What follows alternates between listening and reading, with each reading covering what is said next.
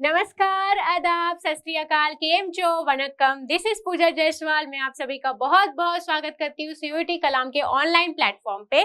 हमने last 2 class में बच्चे थ्योरी क्लास लिया था मेल रिप्रोडक्टिव सिस्टम और फीमेल रिप्रोडक्टिव सिस्टम का। उसी का आज हम एमसीक्यूज करने वाले हैं, सारे 10 मोस्ट इंपॉर्टेंट एमसीक्यूज करने वाले हैं उस टॉपिक के। इसके बाद वापस से हम थ्योरी क्लास लेंगे, ठीक है। आपका theory class then MCQs class, theory class then MCQs class का ये सेशन चल रहा है। अब यहाँ पर आप देखिए, which of the following depicts the correct pathway of transport of sperm। निम्नलिखित में से कौन सा शुक्राणुओं के परिवहन का सही मार्ग दर्शाता है। मैंने आपको ऑलरेडी बताया था बच्चे, जब हम बात कर रहे थे मेल रिप्रोडक्टिव सिस्टम का, तो मेल रिप्रोडक्टिव सिस्टम को हम 4 भागों में विभाजित किए थे। हमने पढ़ा था टेस्टिस या वृषण, जो मुख्य प्राथमिक अंग है, प्राथमिक यौन अंग है। फिर हमने देखा था सहायक वाहिनी, एसेसरी डक्ट। फिर हमने देखा था ग्लैंड्स और हमने देखा था एक्सटर्नल जेनिटेलिया। तो यहाँ पर जो क्वेश्चन पूछा है वो किससे पूछा हुआ है? तो एसेसरी डक्ट से पूछा हुआ है। तो अब यहाँ पर देखो, सबसे पहले तो जब हम एसेसरी डक्ट की बात करते हैं, ठीक है, तो एसेसरी डक्ट की अगर हम बात करेंगे बच्चे, तो ये हमारा जो टेस्टिस है, ठीक है, ये जो टेस्टिस है मैंने आपको बताया था, जो टेस्टिस है वो किससे, इसमें क्या होते हैं, टेस्टिकुलर लोब्यूल्स होता है, वृषण पुटिकाएं होती है, ठीक है। ऐसे टोटल कितने होते हैं? 250 कंपार्टमेंट्स होते हैं, ठीक है। अब इस 250 कंपार्टमेंट के अंदर में आपको ये अंदर में ऐसे कॉइल्ड स्ट्रक्चर मैंने बताया था।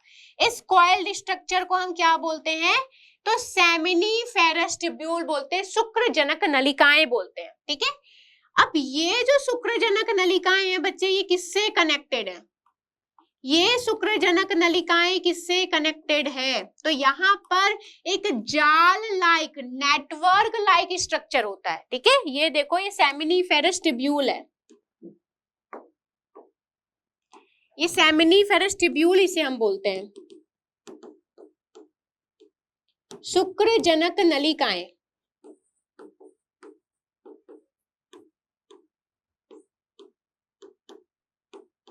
ठीक है, शुक्रजनक नलिकाएं। और ये जो शुक्रजनक नलिकाएं हैं, इसमें कुंडलित नलिकाएं होती है, ये कौन बहुत ज्यादा ऐसे घुमावदार होते हैं। ये जैसे जाल लाइक स्ट्रक्चर से जुड़े रहते हैं, इसे हमने क्या बोला था? रीटे टेस्टिस, ठीक है। अब ये जो रीटे टेस्टिस है, ये एक फर्दर नलिका लाइक स्ट्रक्चर से बाहर जुड़ा हुआ है, किससे? तो यहाँ पर एपिडिडेमिस है, एपिडिडेमिस, अधिवृषण, इसे हम बोलते हैं अधिवृषण,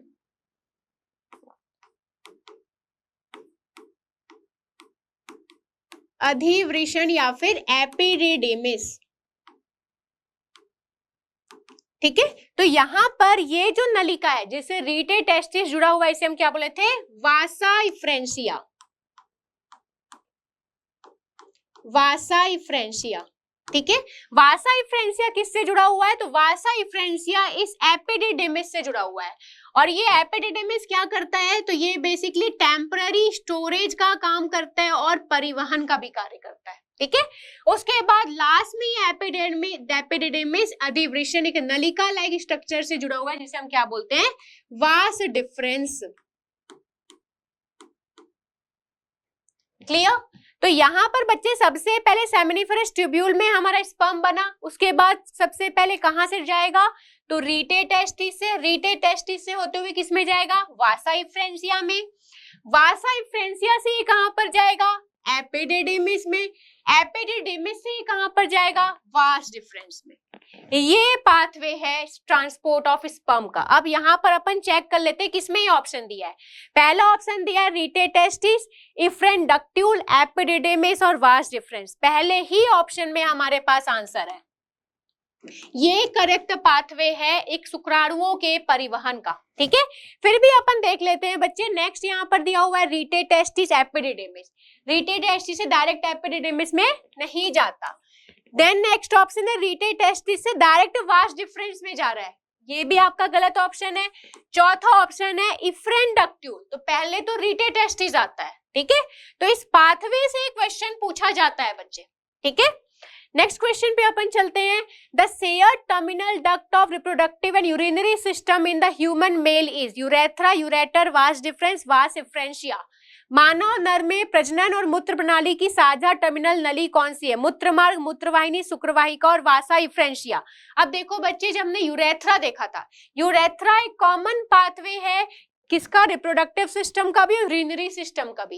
रिप्रोडक्टिव सिस्टम से यहाँ पर वीर्य का ट्रांसफर हो रहा है, सीमेन का ट्रांसफर हो रहा है, स्पर्म का ट्रांसफर हो रहा है, और यूरिनरी सिस्टम की बात करेंगे तो यहाँ से यूरिन भी जा रहा है। ठीक है, तो इसका आंसर क्या होगा? यूरेथ्रा। अब यूरेथ्रा की बात करेंगे तो मेल और फीमेल में मुख्यतः क्या डिफरेंस होता है? फीमेल के केस में छोटा होता है 4 सेंटीमीटर का, वही मेल के केस की हम बात करेंगे तो मेल के केस में ये लंबा होता है कितने सेंटीमीटर का? 20 सेंटीमीटर का। क्लियर? तो इसका आंसर क्या होगा? ए आंसर होगा। ठीक है, नेक्स्ट क्वेश्चन पे चलते हैं। The testis in humans are situated outside the abdominal cavity inside a pouch called as scrotum. The purpose served is for maintaining the scrotal temperature lower than the internal body temperature, escaping any possible compression by the visceral organ, providing more space for the growth of epididymis, providing a secondary sexual feature for exhibiting the male sex. मनुष्यों में वृषण उदर गुहा के बाहर एक थैली के अंदर स्थित होते हैं जिसे अंडकोश कहा जाता है। इसका उद्देश्य क्या है? अंडकोश के तापमान को आंतरिक शरीर के तापमान से कम बनाए रखना, आंतरिक अंगों द्वारा किसी भी संभावित संपीड़न से बचना, अधिवृषण के विकास के लिए अधिक स्थान प्रदान करना, पुरुष लिंग को प्रदर्शित करने के लिए एक द्वितीयक यौन विशेषता प्रदान करना। तो यहाँ पर आंसर क्या होगा बच्चे? Maintaining the scrotal temperature. यहाँ पर लोअर बॉडी टेम्परेचर हम मेंटेन करते हैं। अंडकोश नहीं, वृषण कोश होगा ये, वृषण कोश।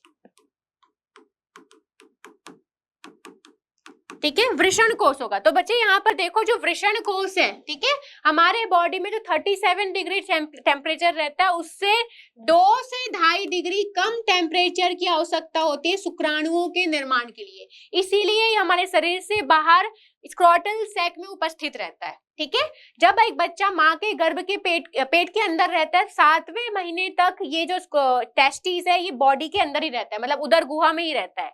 7वें महीने के बाद इंग्विनल कैनाल के द्वारा ये हमारे शरीर से बाहर एक पाउच लाइक स्ट्रक्चर में आ जाता है। क्लियर? नेक्स्ट क्वेश्चन में चलते हैं। Optimum temperature for sperm production, शुक्राणु उत्पादन के लिए इष्टतम तापमान कितना है? तो अभी जस्ट हमने देखा हमारी बॉडी का टेम्परेचर कितना होता है 37 डिग्री सेल्सियस, उससे 2 से 2.5 डिग्री कम कर लो तो कितना टेम्परेचर होगा आपका? तो 30 से 35 डिग्री सेल्सियस टेम्परेचर की आवश्यकता होती है। ठीक है, इसीलिए हमारे बॉडी से ये बाहर उपस्थित रहता है। नेक्स्ट क्वेश्चन पे चलते हैं। Refer to the given diagram and select the option that correctly identifies the labelled part along with its characteristic. कौन सा सही मिलान है बता रहा है।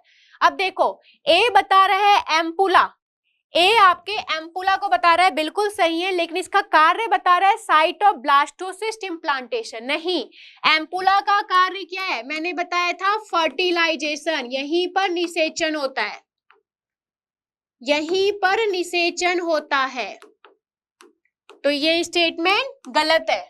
सेकेंड है फिम्बरी, बी जो बता रहा है फिम्बरी को, और इसका कार्य क्या बता रहा है? कलेक्शन ऑफ ओवा। बिल्कुल, ये झालर लाइक स्ट्रक्चर है, ये पूरा ही ओवरी को ऐसे ढका हुआ रहता है, ठीक है, ऐसे घेरा हुआ रहता है, और ये ओवा को, ओवम को कलेक्ट करता है। ठीक है, तो बिल्कुल ये स्टेटमेंट सही है। फिर भी अपन चेक कर लेते हैं कि बाकी ऑप्शन गलत है कि नहीं है। सी ऑप्शन है मायोमेट्रियम, तो सी बता रहा है मायोमेट्रियम, इसका कार्य बता रहा है सेड ड्यूरिंग मेंस्ट्रुअल ब्लीडिंग। बच्चे, मायोमेट्रियम सेड नहीं करता, कौन करता है? एंडोमेट्रियम। मायोमेट्रियम का कार्य क्या होता है? इसमें तो कॉन्ट्रैक्शन एंड रिलैक्सेशन होता है। जब एक बेबी जो है प्रसव होते रहता है बेबी का, तब इसमें कॉन्ट्रैक्शन एंड रिलैक्सेशन हो रहा है। ठीक है, ये जो सेड ड्यूरिंग ब्लड ब्लीडिंग है ये आपका क्या आएगा मेंस्ट्रुअल ब्लीडिंग में? एंडोमेट्रियम। सबसे अंदर वाला लेयर एंडोमेट्रियम, सबसे अंदर वाला जो लेयर है उसमें सेडिंग होती है। ठीक है, उसके बाद डी बता रहा है ओवरी, ये जो है ओवरी, ओवरी क्या करता है? एचसीजी सिक्रेट नहीं, ओवरी जो है ईस्ट्रोजन और प्रोजेस्टेरोन बनाता है, 2 हार्मोन बनाता है, ईस्ट्रोजन और प्रोजेस्टेरोन। तो ये भी आपका स्टेटमेंट गलत है, तो ओनली स्टेटमेंट आपका क्या सही है? बी स्टेटमेंट सही है। ठीक है, नेक्स्ट क्वेश्चन पे चलते हैं। What is the inner lining of the uterus called as? गर्भाशय की आंतरिक परत को क्या कहते हैं? सर्विक्स, एंडोमेट्रियम, ओविडक्ट या फिर फिम्ब्रे? तो सबसे अंदर वाले लेयर को हम एंडोमेट्रियम बोलते हैं, एंडोमेट्रियम। सबसे बाहर वाले लेयर को पेरिटोनियम बोलते हैं, ठीक है। नेक्स्ट क्वेश्चन पे चलते हैं। The main function of the fimbriae of the fallopian tube in female is to? महिलाओं में फैलोपियन ट्यूब के फिम्ब्रे का मुख्य कार्य क्या है? Release ovum from the Graafian follicle, make necessary changes in the endometrium for implantation, help in the development of corpus luteum या help in the collection of ovum after ovulation. तो बच्चे यहाँ पर फिम्ब्रे का कार्य क्या है? तो ये ओवम को कलेक्ट करने का कार्य करता है, ठीक है। फिम्ब्रे का जो ऐसे इस तरीके का स्ट्रक्चर आप देखोगे तो फिम्ब्रे मोस्टली यहाँ पर ओवम को कलेक्ट कर रहा है, अंडो उत्सर्जन के बाद डिंब को संग्रह करने में मदद करता है, ठीक है। नेक्स्ट क्वेश्चन है, what is the site of fertilisation in mammal? स्तनधारियों में निषेचन का स्थान कौन सा होता है? सर्विक्स, यूटेरस, वेजाइना या फैलोपियन ट्यूब? अब अभी देखो, फैलोपियन ट्यूब की जब हम बात करते हैं बच्चे तो इसको 4 मुख्य पार्ट में डिवाइड किया जाता है, ठीक है। तो ये आपका जो पार्ट है इसे हम बोलते हैं फिम्ब्रे। इससे जस्ट लगा हुआ जो ऐसा चौड़ा नुमा आकार दिखाई देगा इसे हम बोलते हैं इनफंडिबुलम, इनफंडिबुलम। इसके बाद यहाँ पर वाला जो पोर्शन है इसे हम बोलते हैं एम्पुला, और ये वाला जो पोर्शन है इसे हम बोलते हैं स्थमस। तो ये चारों पार्ट किसके हैं? फैलोपियन ट्यूब डिंब वाहिनी नलिका के। तो यहाँ पर जो फर्टिलाइजेशन है वो कहाँ पर होता है? एम्पुला में होता है। लेकिन ये एम्पुला किसका पार्ट है? डिंब वाहिनी नलिका फैलोपियन ट्यूब का पार्ट है, ठीक है। तो कंफ्यूज मत होना, ये डिंब वाहिनी नलिका का ही पार्ट है एम्पुला, ठीक है। नेक्स्ट क्वेश्चन है एजर्सन रीजन बेस्ड क्वेश्चन है। अब देखो एजर्सन दिया हुआ है, cilia lining the fallopian tube helps to pick up and push the released ovum in the oviduct. अब यहाँ पर देखो बच्चे, ये जो फैलोपियन ट्यूब है, ठीक है, फैलोपियन ट्यूब की अगर हम बात करेंगे तो फैलोपियन ट्यूब के अंदर में इस तरीके का झाड़ू नुमा सीलिया लाइक आकृति पाया जाता है, जैसे हमारे घर में जो झाड़ू होता है, ठीक है। ये जो झाड़ू है ये क्या करता है? तो ये जो ब्रूम है बेसिकली कचरे को बाहर फेंकने में मदद करता है। वैसे ही बच्चे जब यहाँ से जो ओवम जा रहा है, ये ओवम आगे कैसे जाएगा? ठीक है, फर्टिलाइज्ड ओवम आगे कैसे जाएगा? सीलिया की मदद से। सीलिया इसको धक्का देने का कार्य करता है। सीलिया इवन हमारे यहाँ पर पाया जाता है, ठीक है। तो सीलिया आप लोग पढ़े होंगे, टिश्यू है एक प्रकार का, ठीक है। क्लास 11 में भी पढ़ोगे, 9th में भी पढ़े होंगे, ठीक है। तो ये जो सीलिएटेड स्ट्रक्चर एपिथेलियल टिश्यू का एक प्रकार है, सीलिएटेड एपिथेलियम होता है, सीलिएटेड एपिथेलियम, ठीक है। ये फैलोपियन ट्यूब में पाया जाता है।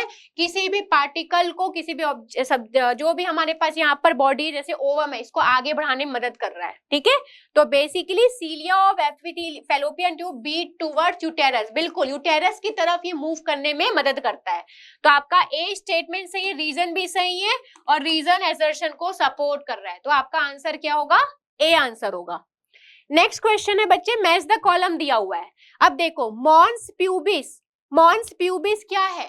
तो मॉन्स प्यूबिस फीमेल जेनिटेलिया का एक्सटर्नल जेनिटेलिया। देखो जैसे ये फीमेल जेनिटेलिया है, फीमेल जेनिटेलिया की बात करेंगे तो ये जो हेयरी लाइक स्ट्रक्चर जहां पर पाया जाता है, फ्लैसी लाइक स्ट्रक्चर, इसे हम बोलते हैं मॉन्स प्यूबिस, ठीक है। ये क्या है? फीमेल एक्सटर्नल जेनिटेलिया, महिला का बाह्य जननांग का पार्ट है, क्लियर। उसके बाद है एंट्रम, एंट्रम किस में पाया जाता है? फॉलिकुलर एंट्रम, मैंने बताया था ग्राफियन फॉलिकल। जो मैच्योर फॉलिकल है, पहले जो आपका oogonia है किस में कन्वर्ट होगा? तो primary follicle, primary follicle, secondary follicle, वहां से ग्राफियन फॉलिकल बनता है। ग्राफियन फॉलिकल का स्ट्रक्चर अगर आप देखोगे तो बीच में यहाँ पर पूरा सेल्स रहते हैं, ग्रेन्युलोसा सेल, और बीच में यहाँ पर कैविटी भरा रहता है, ये जो द्रव भरा रहता है इसे हम बोलते हैं एंट्रम, फॉलिकुलर एंट्रम, ठीक है। तो यहाँ पर आपका क्या पाया जाता है? एंट्रम, इसे हम ग्राफियन फॉलिकल बोलते हैं। तो बी का होगा 4, ठीक है। नेक्स्ट है रीटेटेस्टिस, रीटेटेस्टिस अभी हमने पढ़ा है, सहायक वाहिनी है, पुरुष का सहायक वाहिनी है, ठीक है।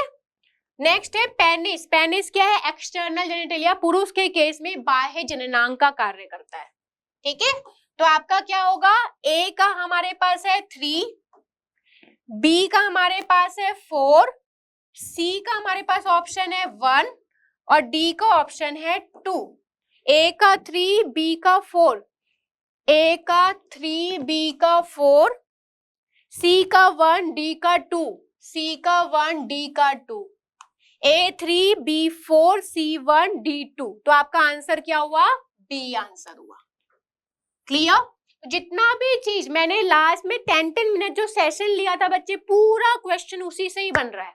ठीक है, दोनों बहुत इंपॉर्टेंट टॉपिक है, मेल रिप्रोडक्टिव सिस्टम और फीमेल रिप्रोडक्टिव सिस्टम।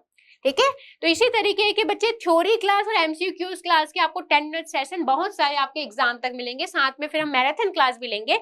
तो आप ज्यादा से ज्यादा लोग यहाँ पर चैनल को सब्सक्राइब कर लीजिए, नोटिफिकेशन ऑन कर लीजिए। ठीक है, थैंक यू सो मच।